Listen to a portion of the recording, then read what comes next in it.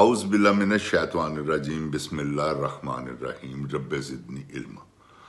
ऐ अल्लाह ताला मेरे इल्म में इजाफा फरमा और मुझे सच बोलने की तौफीक अता फरमा। अस्सलाम वालेकुम जिन जान पाकिस्तान जी। ओए गोली क्यों चलाई यू? ऐ दस वजीर आजम तैन पूछ रहे हैं मैं जनरल मरियम गोली क्यों चलवाई? ऐ तू दस, तेरे आर्डर नाल सारा कुछ होया है, तैन दसना पेगा और इंशाल्लाह पुछदे रहांगे। ए लोकां दे ध्यान ना हटा, जिहड़े तू लोकां दे मकान तोड़ के ते लोकां दा ध्यान हटा रही है 26 नवंबर तो। जिन जान पाकिस्तान जी 26 नवंबर नहीं तुसी छड्डना, मजलूमां दा खून नहीं रायगा जान देना। इन्हां कोलों पुछना कि ओए गोली क्यों चलाई जे।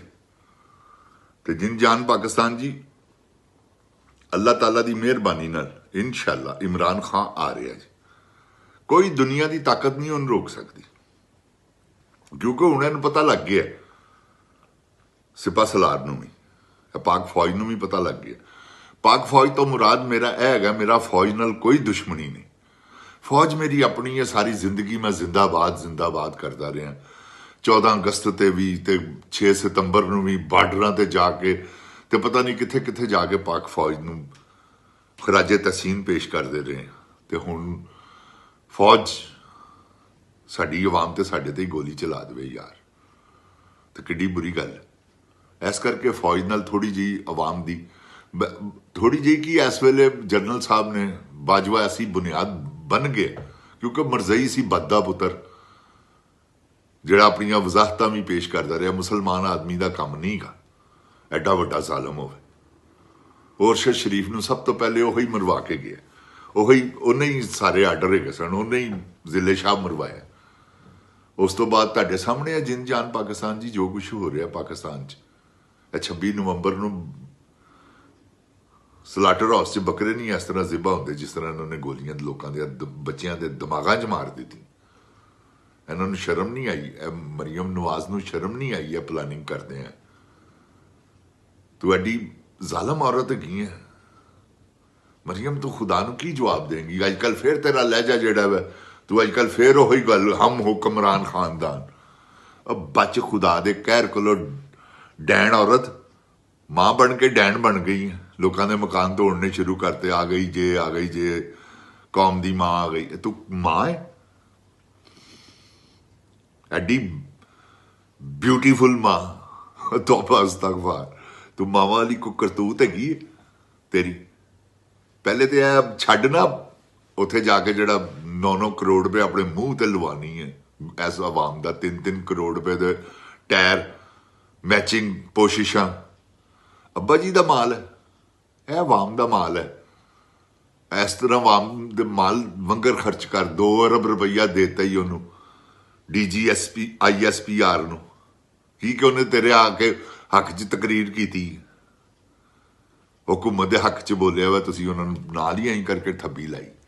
इस तरह ही तुसीं थब्बियां ला रहे हो। जिहड़े टगे टगे के अखबार है ने उन्होंने तुसीं लखां रुपया के इश्तिहार दे रहे हो।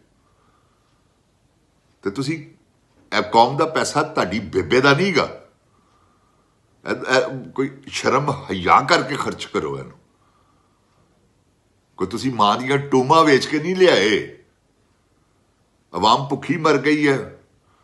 1000% गैस वधाती जे, 600% बिजली 400% वधाती जे। कोई तुहानूं शर्म नहीं आती? लोकी घाह खाण छड्ड देण सारा कुछ या अपने आप नूं मार लैण। एक यह तरीका है, दूसरा तरीका है कि तुहानूं साड़ देण। दोवें ही काम है ना, जियो या जियो जीने दो, मरो या मरने दो। फिर यही है ना, अगले कहण के चलो आ जाओ बई इस तरह भी तो अपने बच्चों को मारना ही है ना, तो आप ही क्यों ना इस काम च शहीद हो जाए जी। क्योंकि उन्होंने तो शहीद होना है, तुसीं करना जुल्म। उन्होंने तो हक की जंग लड़नी अपने इज्जत की खातर, जिहड़ी तुसीं पामाल कर रहे हो। मरियम जी तुहानूं यह ख्याल नहीं आता तुहाडा बूहा एक टुटा सी, तुसीं किन्ने बूहे तड़वाए यार। तू 70 ਸਾਲਾਂ 75 ਸਾਲਾਂ ਔਰਤ ਨੂੰ ਤੂੰ ਅੰਦਰ ਰਖਵਾਇਆ ਹੈ ਸਿਰਫ ਆਪਣੀ ਅਨਾਜ ਕਿ ਉਹਨੇ ਤੇਰੇ ਪਿਓ ਦੀ ਟਿੰਡ ਕਰ ਦਿੱਤੀ ਇਲੈਕਸ਼ਨ 'ਚ। ਇਸ ਕਰਕੇ ਬਦਲਾ ਲੈ ਰਹੀ ਹੈ ਉਹਦੇ ਕੋਲ। ਬਦਲਾ ਲੈਣਾ ਬਹਾਦਰੀ ਨਹੀਂ ਗੀ, ਮਾਫ ਕਰਨਾ ਬਹਾਦਰੀ। ਤੇ ਮਾਫ ਤੂੰ ਕਿਸ ਗੱਲ ਤੋਂ ਕਰਨਾ ਹੈ? ਮਾਫ ਤੂੰ ਕਿਸ ਗੱਲ ਤੋਂ ਕਰਨਾ? ਮਾਫੀ ਕਾਦੀ ਤੇਰੇ ਕੋਲੋਂ? ਤੂੰ ਕਿਸੇ ਨੂੰ ਮਾਫ ਕਰ ਰਹੀ ਹੈ? ਤੂੰ ਆਪ ਮਾਫੀ ਮੰਗ ਐਸ ਆਵਾਮ ਕੋਲੋਂ। ਉਸ ਤੋਂ ਬਾਅਦ ਮਰੀਮ ਜੀ ਮੈਂ ਤੁਹਾਨੂੰ ਇੱਕ ਗੱਲ ਦੱਸ ਦਿਆਂ, ਖੁਰਾ ਤੁਹਾਡੇ ਤੇ ਨਿਕਲਣਾ ਤੇ ਤੁਸੀਂ ਫੱਟੇ ਲੱਗਣਾ ਜੇ।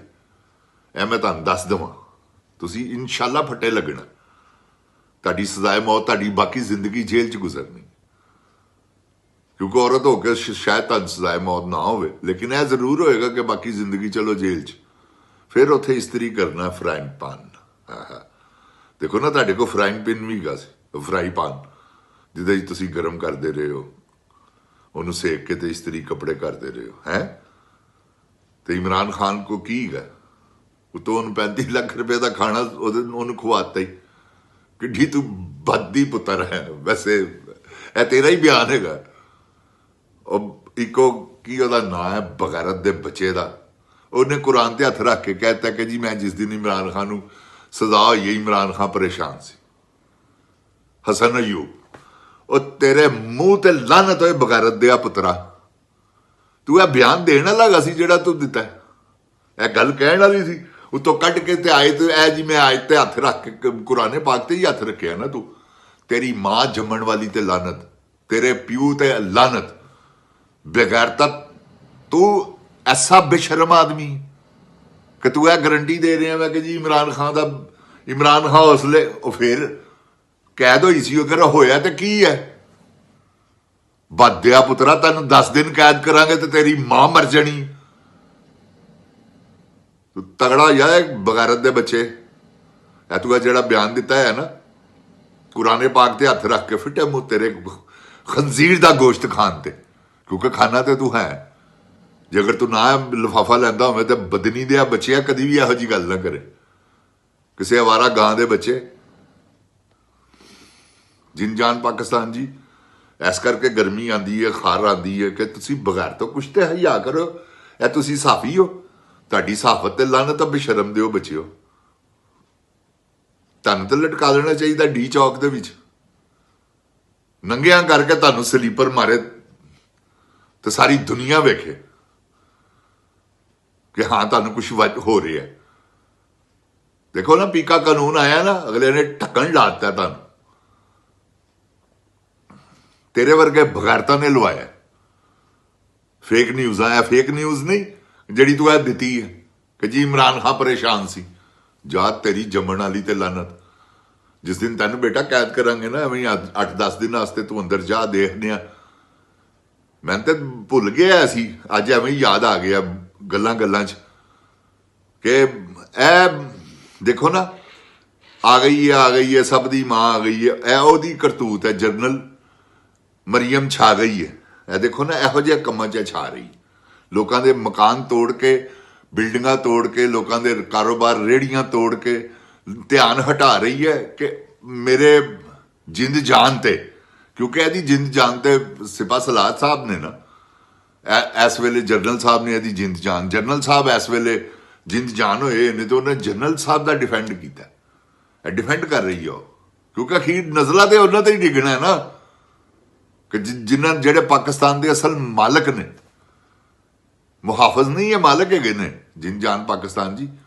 ਇਹ ਤੁਹਾਨੂੰ ਬੜੀ ਵੱਡੀ ਮੁਜ਼ਾਮਤ ਨਾਲ ਕਰਨਾ ਪੈਣਾ। ਮੁਜ਼ਾਮਤ ਨਾਲ ਨਹੀਂ, ਬੜੀ ਵੱਡੀ ਮੁਰੰਮਤ ਨਾਲ ਸਾਹਿਬ ਪਾਕਿਸਤਾਨ ਨੂੰ ਦੁਬਾਰਾ ਠੀਕ ਕਰਨਾ ਪੈਣਾ। ਤੇ ਇਹਨੂੰ ਠੀਕ ਕਰਨ ਵਾਸਤੇ ਕੀ ਹਰਬਾ?